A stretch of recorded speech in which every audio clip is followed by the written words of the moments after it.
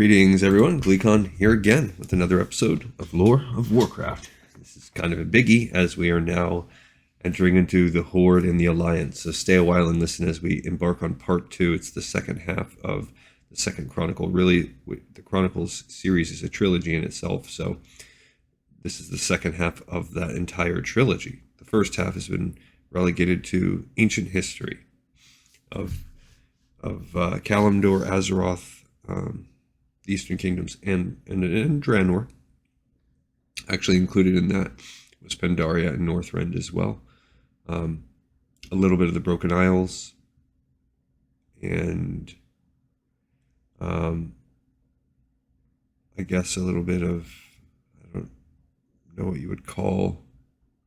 So no, nothing like the Kultiris type of realm, whatever you want to call those, with Drustvar, and a little bit of Zandalari, but I mean, those things have been touched upon. It's essentially Azeroth. But this is actually as well, when you look at the little screen captured image that we use for this show, the Horde and the Alliance, that's what we've got. We've got the orcs and the humans, which are where we're going to start very, very soon. Okay, this is a picture. This chapter 4 is all about the First War. In this chapter is when we are going to begin our first Let's Plays where we play through the First War. Although it is tantalizingly close, we do have 2 books that are also very important. We need a recap, a first-hand view of what's been happening up until the opening of this, which we see here, which is the Dark Portal, and these are the orcs. The orcish war machine as it gets ready to go through. They look much darker, more corrupted now. Looks like we've got some sort of warlock figure, perhaps Gul'dan himself in the foreground. A couple other tough orcs, perhaps Blade Fist. Not Blade Fist. Hellscream himself. But yeah, look at those ferocious looking hordes about to pour through. But we also, in addition to getting the rise of the Horde as we know it, which is not this evil thing. Yes, there's a lot of badness and evil to them, particularly even in the first couple wars. There's more to them than that, and I think that's what the book series, the book that we're going to read is going to hone in more on that. We keep alluding to Durotan and Orgrim, and those people are heroes that, if not founders of the Horde, they are the ones that the spirit of the Horde is named after. That's why we have Orgrimmar situated in Durotar, the lands named in honor of those heroes.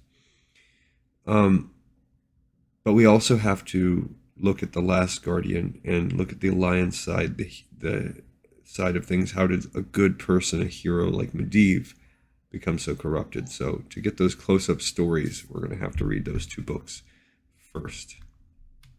The Last Guardian, we may, because it spans throughout the First War, we might get to start playing a little bit in the middle of that. All right, so this chapter 4, the First War, begins with Medivh's origins. Stay a while and listen. Stay a little while longer, since you've already been listening to me so far ramble. This should be a recap because we already know about Medivh's origins. The corruption of Medivh was set into motion long before he was born. Thousands of years ago, a secretive order called the Council of Trisfel began watching over Azeroth, protecting it from intrusions by the Burning Legion's agents. The Magi in this group channeled their powers into one member who was known as the Guardian.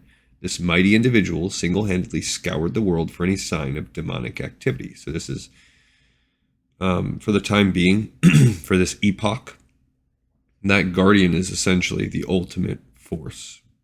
They're unbeatable. They have defeated the avatar of Sargeras himself. So while Sargeras was searching for a mortal in Azeroth whom he could use to initiate the Legion's next invasion, his attention turned to the current Guardian.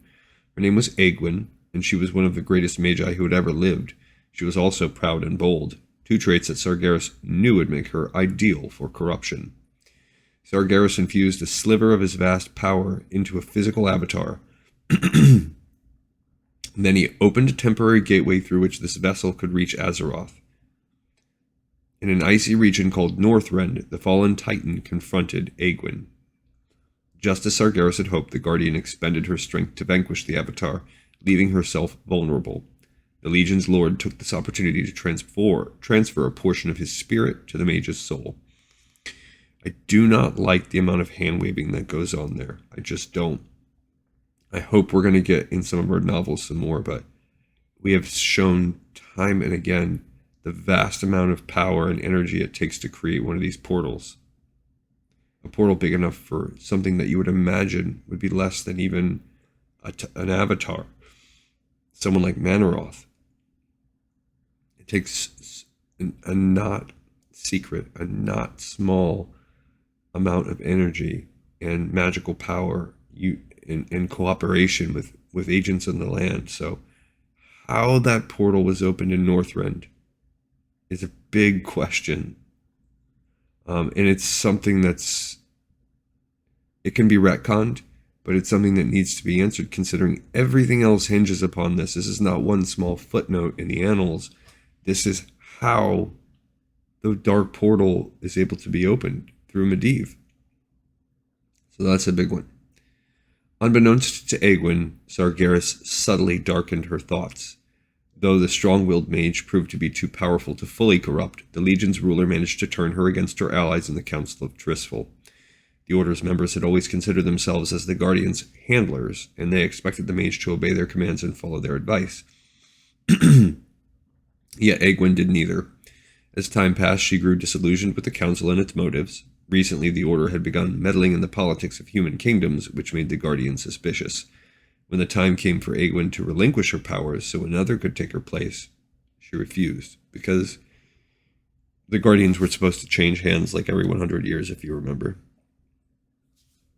The Council initially considered appointing a new Guardian, but the idea was abandoned for fear that the presence of two extremely powerful magi would draw unwanted attention to the Secret Order. A different approach would be taken. Also, that would be dangerous, as I mentioned during that time when we first read this. There was no guarantee it would work, and it would have these two like mega Super Saiyan type of people battling one another. The Council formed an order of mage hunters called the Tyr's Guard to apprehend Aegwynn. One of these individuals was a human named Nielis Aran. He too came to loathe the Council's political schemes. Rather than fight Aegwynn, he became her closest confidant. Aegwynn decided to bear a child with Nielis. She would bequeath her guardian powers to this child, who would be free from the Council's control. For the first time in Azeroth's history, the world's guardian would be beholden to no one. And as we'll see, I guess that's not the best idea. When Aegwynn gave birth to Medivh, she had no idea of the darkness she had passed on to him. Sargeras had possessed Medivh while he was still forming in his mother's womb. For years, the Legion's ruler would hide in the shadows of Medivh's soul. Medivh blossomed into a promising mage. Now the question I'm wondering is, does it transfer? Is mom no longer possessed once Medivh is? Medivh blossomed into a promising mage. He grew up in the capital of Stormwind, becoming friends with Prince Lane Rin,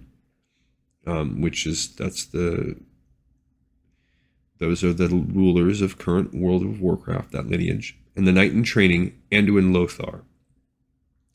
Nielis had taken on the position of the kingdom's official court conjurer, and he tutored his son in the ways of the arcane.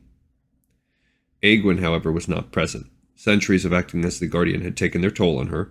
Now that her powers had passed on to Medivh, she was overcome with exhaustion. She retreated from the world to rest, but the gifted mage kept watch over her son from afar.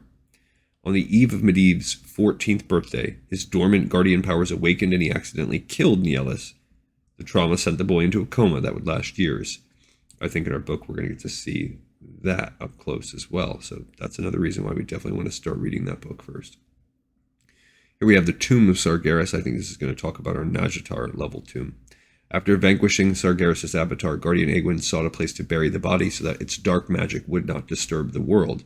She settled on the sunken ruins of an ancient night elf temple, which some legends say was built upon an even older structure of mysterious origins. This site housed powerful seals that negated nearby fell energy. Aegwynn added her own magic, reinforcing the structure and creating defensive measures to keep intruders out. In time, this place would become known as the Tomb of Sargeras.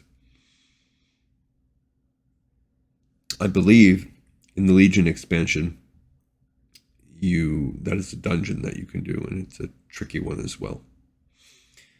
Okay, little recap there, and we've got another episode coming up soon on Lore of Warcraft, but this one is in the pipes 5x5. Thank you so much for listening.